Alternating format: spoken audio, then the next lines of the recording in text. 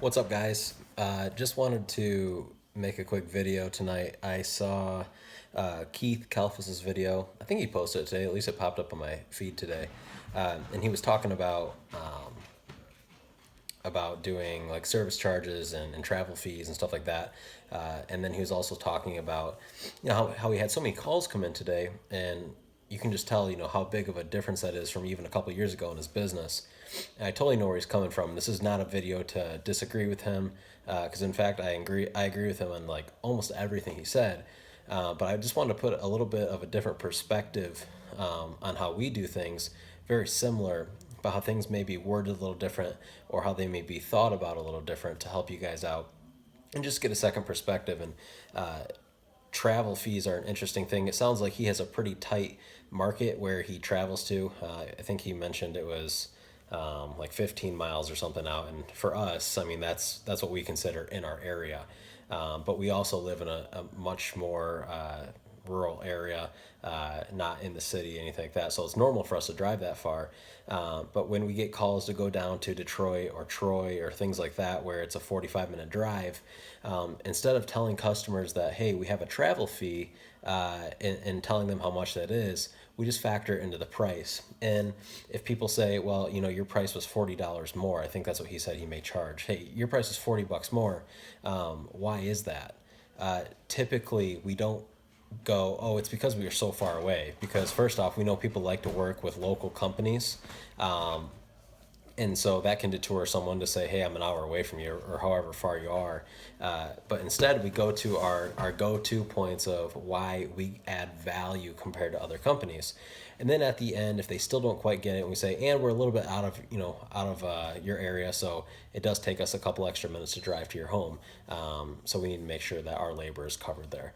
So that's just kind of a different approach rather than just tacking on a travel fee, because we found in the beginning we did that a lot, and we found that a lot of people had a hard time paying for a travel fee when they knew they could probably find somebody local and save that money. So instead of even telling anybody about a travel fee, give them the price you have.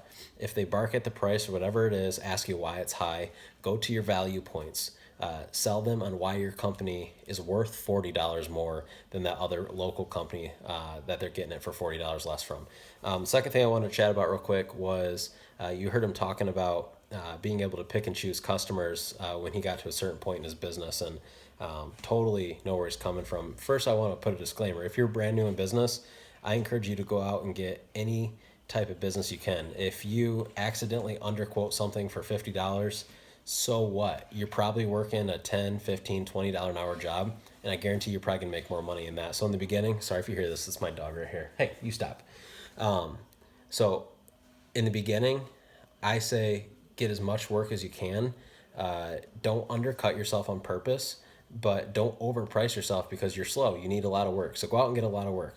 But more importantly, what I wanted to chat about was getting to that point where you can pick and choose what customers. And I have a story today.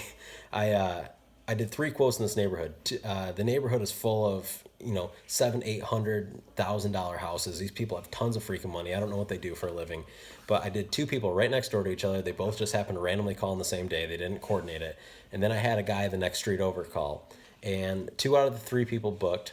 I priced them all the same per window, and this one guy, he calls us back and says, "Hey, why is your price so high? I got your flyer for 20 windows for $119 in and out."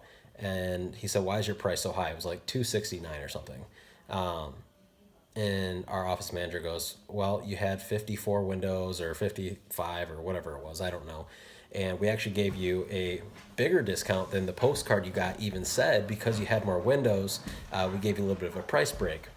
He's like, "Oh, well, that's a little bit more than I wanted to pay." Well, we thought that was the end of it. I get an email tonight saying, "Hey, Matt, this is so-and-so, same guy. You did something wrong on your quote, I'm pretty sure. I need you to call me." Well, he's just trying to get me down on price. But what he doesn't understand is I already closed his next door neighbor and a person the next street over. I don't really need his business. Today, I did 16 quotes alone. So, no, I'm not going to discount your price. No, I didn't do something wrong. And, I know this guy has a lot of money. He's living in this big house. But like he said, he doesn't value the service like his neighbors did. Because if he did, he'd be willing to pay for it. And so we're able to skim those customers that are wanting to pay less off the top. But the mindset you have to have is what we used to do is we would get very busy, then we would stop marketing because we're so busy and we're swamped and we're 3 weeks out, whatever it is. And then we catch up on all our work and we're slow as crap because we stopped marketing. What we've learned is even when we're jam packed, when we're 3, 4 weeks out in our prime season, we push hard, hard, hard. We constantly push the same amount of marketing out from April all the way till November, regardless of how busy we are, because that's what allows you to skim customers off the top. When you have a full pipeline of people that are flooding in and you're not feeling like, oh, I have to have this job because I'm so slow, you're allowed to, say to people like the guy who emailed me today and who talked to my office manager, no, I'm not discounting my price because I'll fill it with somebody else who will pay full price. So something to encourage you guys, keep your pipeline full. When it is full, pretend it's only half full and fill it even more, because that's when you don't have to be desperate in business anymore and you can pick and choose the good paying jobs that are most profitable. So hopefully that helps. Keith, if you watch this, give me a thumbs up or a comment. I'm only 45 minutes from you, by the way. Be cool to meet up someday. But you guys have an awesome night. Just wanted to throw it out there and take care. See ya.